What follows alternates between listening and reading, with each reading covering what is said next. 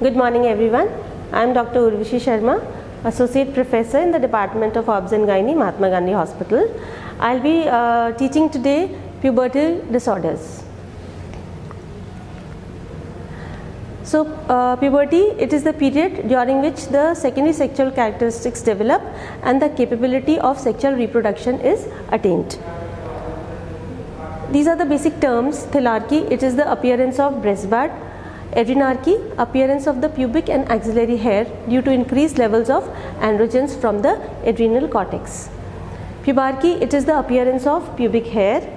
Menarche, it is the onset of the first menstrual cycle in the females. Gonadarchy, it is the earliest gonadal changes. In boys, it is the testicular enlargement, whereas in girls, the thelarchy and growth acceleration are the first evidence, since ovarian growth cannot be seen directly.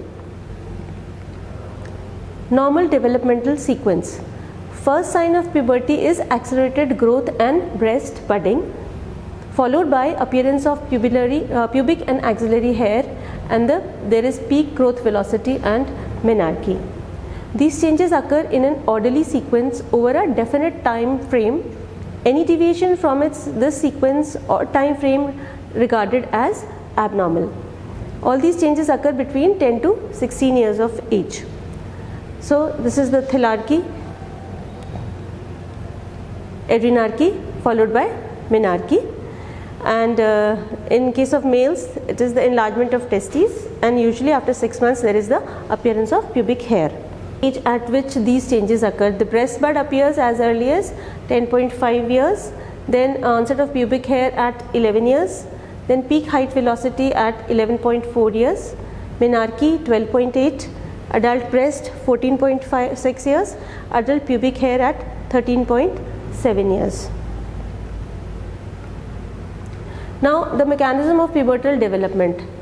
Basically it is the central nervous system and the neuroendocrine control of the puberty. In the central nervous system there is a resetting of the classic negative gonadal steroid feedback loop and alteration in circadian gonadotrophin rhythms in the hypothalamus. Acquisition of positive estrogen feedback loop. There is controls the monthly rhythm of interdependent expression of gonadotrophins and ovarian steroids. And the neuroendocrine control is basically the GnRH. Secreting neurons in hypothalamus act as a pulse generator. At puberty, this is reactivated, leads to increased amplitude and frequency of GnRH pulses. So there is increased GnRH, increased gonadotrophins, and increase in the gonadal steroid secretion. So you can see this diagram shows the changes, that is from the hypothalamus there is release of GnRH. This acts on the anterior pituitary, from where the gonadotropins, that is the LH and FSH, they are produced. Now they act on the ovary, that is the theca and the granulosa cells, and there is secretion of estrogen, inhibin B and the androgens. This estrogen it has the negative feedback on the anterior pituitary as well as the hypothalamus, and also this inhibin B also acts as a negative feedback. Now the factors affecting the time of onset of puberty. They are controlled by the genetic mechanisms, nutritional status, general health, geographic location, exposure to light, psychological state, exposure to estrogenic endocrine disrupting chemicals. Now pubertal staging, that is the sexual maturity rating. It was described by Marshall and Tanner. So for the breast development, the Tanner staging, it has been divided into 5 stages. Tanner stage 1, that is the pre-pubertal state, no palpable breast tissue and areola is less than 2 cm in diameter. Then the Tanner stage 2, there is breast budding, visible and palpable mound of breast tissue, and areolas begin to enlarge. Tanner stage 3, further growth and elevation of the entire breast nipple at or above the midplane of breast tissue.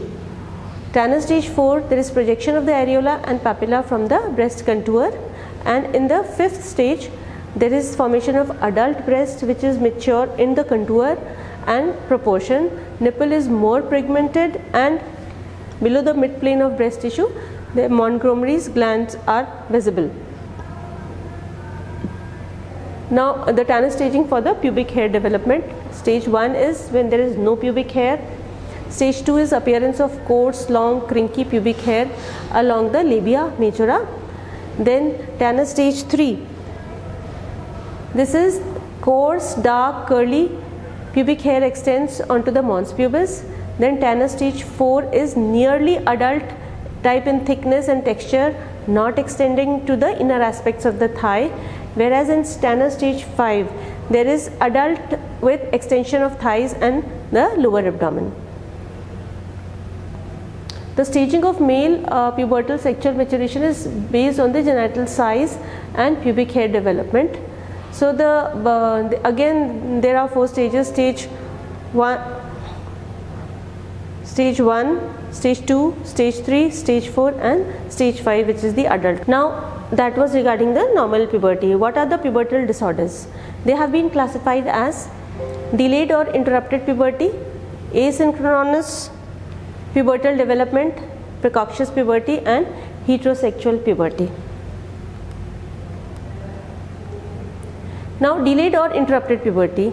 The secondary sexual characteristics fail to develop by the age of 13, menarche not attained by the age of 15, or menarche not attained 5 or more years since onset of pubertal development. What is pubertal arrest?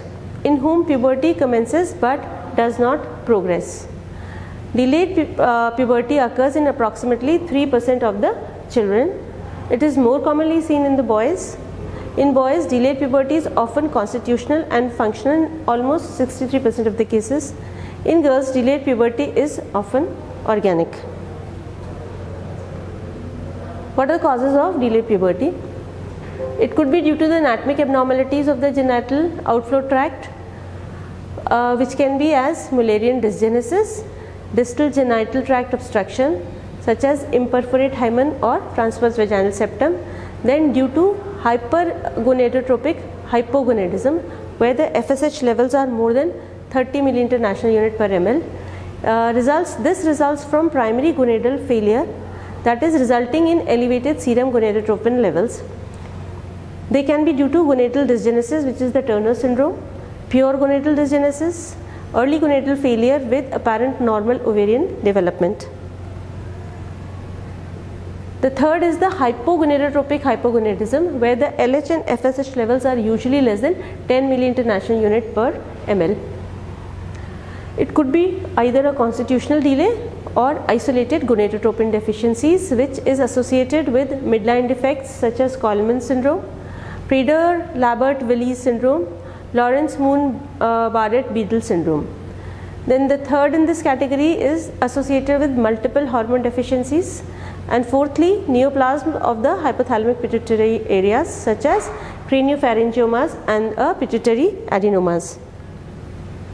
Then Langerhans cell type histiocytosis after irradiation of the central nervous system, severe chronic illness associated with malnutrition, anorexia nervosa, antidopaminergic and GnRH inhibiting drugs, which are the psychotropic agents or opiates, primary hypothyroidism, Cushing syndromes and use of chemotherapeutic agents. Now this diagram represents the normal, this is the normal development. This GnR is secreted from the hypothalamus, acts on the pituitary from where LH and FSH are secreted, which acts on gonad and resulting in gonadotropin secretion and the normal pubertal development. In this GnRH is secreted from the pituitary, and from the pituitary excess of LH and FSH, they are secreted acting on the ovary, but the ovaries are not acting and so gonadotropins are not being produced. So this is hypergonadotropic hypogonadism. In the this one there are no GnRH from the hypothalamus, so pituitary again LH FSH levels are very, very low. So this is a hypogonadotropic hypogonadism. Okay, rest we continue in the next class. Thank you.